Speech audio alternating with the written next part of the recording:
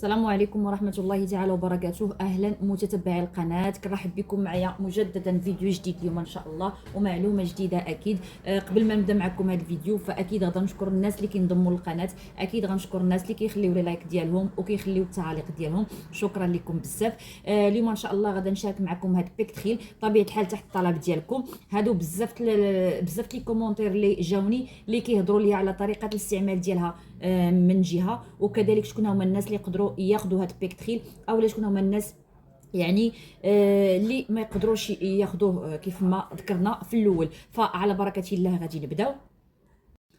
فاول حاجه البنات فهاد بيكتخيل كاين فيه اول حاجه بتي موديل كيف ما كتشوفوا، هذا راه الموديل الصغير، وفيه الكغون موديل يعني فيه هذا اللي فيه 150 وفيه القرعه الكبيره. هاد بيكتخيل كيتعطى الناس اللي عندهم الكحبه، يعني الناس اللي عندهم لاطو اللي كتكون عامره كيف ما كنسميوه. هاد السيرو اولا هاد الشراب فهو اكسبكتورون او لاميكوليتيك، يعني كينقي الصدر، كيخوي الصدر من هذيك الكخشه اللي كتكون فيها. فهنا بزاف اللي غيقول لي شكون هما الناس اللي غادي يقدروا يستعملوها، فانا غنهضر لكم بان الناس اللي غيقدروا يستعملوا هاد البيكتريل هما الناس اللي عندهم الكحبه عامره، هما الناس اللي عندهم الحساسيه، هما الناس اللي عندهم الكحبه اللي كتكون ناتجه على نزلات ديال البرد، يعني الناس اللي كيكون مثلا عندهم لو غيم، عندهم المنزله وتكونت لهم هذيك لاتو، تكونت عندهم لاتو اللي هي عامره. هاد الناس هما اللي يقدروا يستعملوا هاد البيكتريل. فغادي نهضروا على طريقه الاستعمال. يمكن لهم ياخذوا واحد الكبير كبيره 3 مرات في النهار من مورا الماكله، يعني كبير من مورا الفطور، كبير من مورا الغداء، وكبير من مورا العشاء، دائما واحد المده ديال 8 ايام باش كيعطينا المفعول ديالو. بطبيعه الحال هاد بيكتريل سيرو اولا هاد بيكتريل شراب بحالو بحال اي دواء اللي عنده الاعراض الجانبيه ديالو. وهاد السيرو فمن بين الاعراض ديالو اول حاجه كيدير الدوار، كيدير الدوخه اولا كيدير النعاس، كيدير واحد شويه الالم في المعده، كيدير الغثيان وكيدير الصداع. هذه بالنسبه. فكيف ما قلت لكم فهاد الاعراض الجانبيه فهي كتكون بالنسبه للناس اللي اول مره يمكن لهم يستعملوا هاد البيكتريل او لا يعني كتكون ماشي الناس كلهم كتكون عندهم هاد الاعراض، ولكن كاين الناس اللي كتبان فيهم، كاين الناس اللي ما غاداش تبان فيهم هاد الاعراض، يعني كياخذوا الدواء ديالهم عادي، كيشربوا واحد كبير 3 مرات في النهار وكتفوتهم هذيك الكخشه اللي كتكون عندهم اولا هذيك التنخيمه كيتسرح لهم الصدر ديالهم. غنجيو غنشوفوا الناس اللي ما يقدروش يستعملوا هاد البيكتريل كيف العاده. فالناس اللي غتكون عندهم حساسيه من اي مكون اللي كاين هنا في السيرو فما غاديش يمكن ليه يستعمل هاد السيرو اولا هاد الشراب. ثاني حاجه بالنسبه للحوامل اولا المرضعات ما يمكنش ليهم يستعملوا هاد البيكتريل. وواحد الحاجه اللي هي اللي جاوني بزاف لي كومونتير هما بالنسبه للناس اللي كتكون عندهم هذيك الكحبه اولا هذيك لاتو اللي هي ناتجه عن التدخين، فحتى هما ما غاديش يستعملوا هاد البيكتريل. فكيف ما قلت لكم فهاد البيكتريل كيتستعمل للناس اللي عندهم كحبه عاديه اولا ناتجه عن حساسيه اولا ناتجه على نزلات البرد، هما اللي يمكن لهم يستعملوا هاد البيكتريل اكسبكتورون ميكوليتيك، كيخوي كينقي الصدر.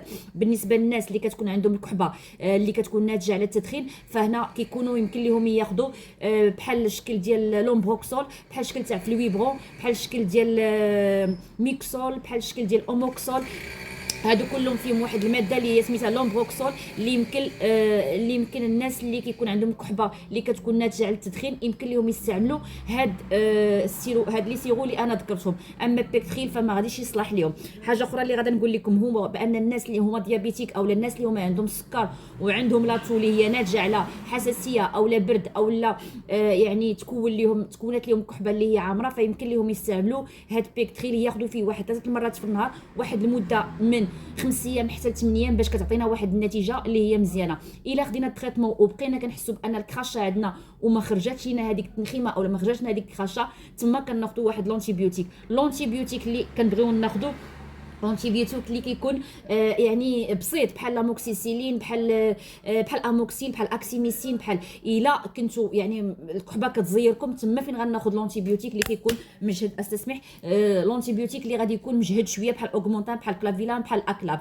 اما لي زونتيبيوتيك اللي كنبداو بلي زونتيبيوتيك اللي هما ساهلين. وفي هذا الوقت راه اغلبيه الناس اللي كيكون ضاربهم البرد اولا كتكون فيهم النزلات ديال البرد اولا كتكون فيهم لو غيم غير واحد 2 جور ولا 3 جور راه كيمشيو كياخذوا لونتيبيوتيك ديال لازيتروميسين اللي كيكونوا فيه 3 حبات اللي كياخذوا فيها حبه كل نهار مده 3 ايام باش ما كيبقاش يعاود يضربهم هذاك البرد. سيرتو هاد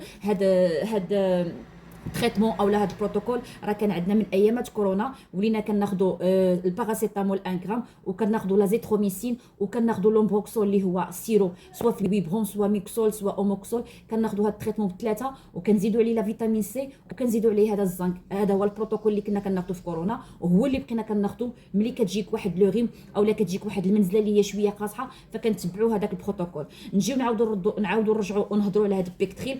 فهاد البيكتريل كيف ما قلت لكم كناخذوا فيه 3 مرات في النهار، مده ديال من 5 ايام حتى ل 8 ايام اولا اسبوع، وكتكون النتيجه مزيانه. بالنسبه لي نوغليسون فبطبيعه الحال ما غاديش ياخذوه، الولادات الصغار قل من 8 سنين اولا 9 سنين فما غاديش ياخذوا هاد البيكتريل. كيف ما قلت لكم الحوامل واللي السيده اللي كترضع حتى هي ما غاداش تاخذ هاد البيكتريل. فكنتمنى هاد الفيديو ينال الرضا ديالكم. بطبيعه الحال انا راه حطيت لكم هاد الفيديو تحت الطلب ديالكم، يعني ملي قريتهم في لي كومونتير فقلت اكيد غادي نشارك مع الناس ديال القناه، نشارك معكم هاد الشراب ما فيها باس. اي حاجه كيف ما قلت لكم طلبتوها ليا غير خليوها لي في لي كومونتير، واكيد غنبارطاجي معكم الفيديو على قد يعني الخبره اللي كنعرف وعلى قد الخدمه ديالي اللي خدامه. والحمد لله الناس كيخليو كومونتيرات زوينين وكومونتيرات نقيين. شكرا لكم ومبروك عباشركم، وان شاء الله نتلاقاو في الفيديو الجاي.